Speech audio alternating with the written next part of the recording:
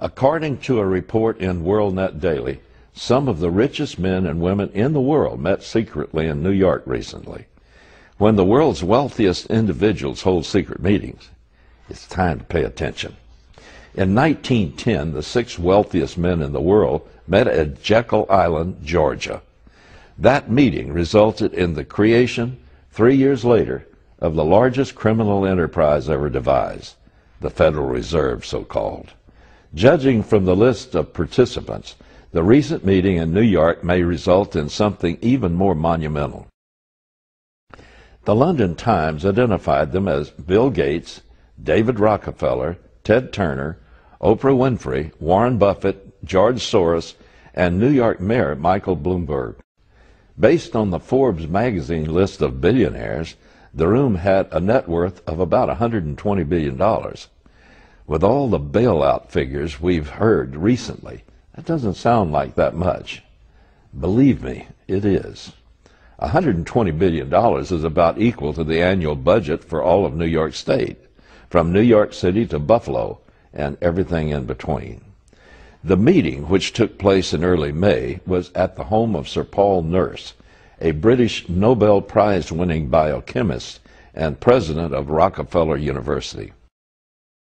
Microsoft's founder, Bill Gates, called the meeting.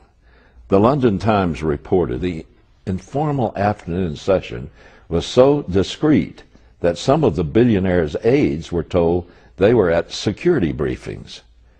Discreet is the British way of saying secret. I do not believe that it is coincidental that this meeting came only a couple of weeks after another super-secret and more powerful group met in the secrecy in Greece, the Bilderberg Group. They have advocated a one-world government for at least a century. They also see themselves as the elite saviors of mankind. According to the Times, the billionaires were each given 15 minutes to present their favorite cause. Over dinner, they discussed how they might settle on an umbrella cause that could harness their interests. Taking their cue from Gates, the report said they agreed that population control was the #1 issue. Experts say the global population will top 7 billion in 2012. According to reports at the meeting, Bill Gates outlined a plan to cap the global population at 8.3 billion. It all sounds so civilized, doesn't it? Here's the less politically correct but more accurate version. A group of unelected liberals with more money than many governments have just decided how many people will be permitted to live. This group of self-appointed governors will now have to draw up criteria to be used to decide who will not be permitted to live and how they will die.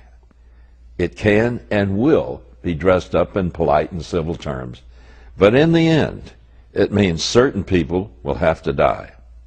The meeting was billed as a meeting of philanthropists wanting to do good. But one can put lipstick and pearls on a pig, and it'll still be a pig.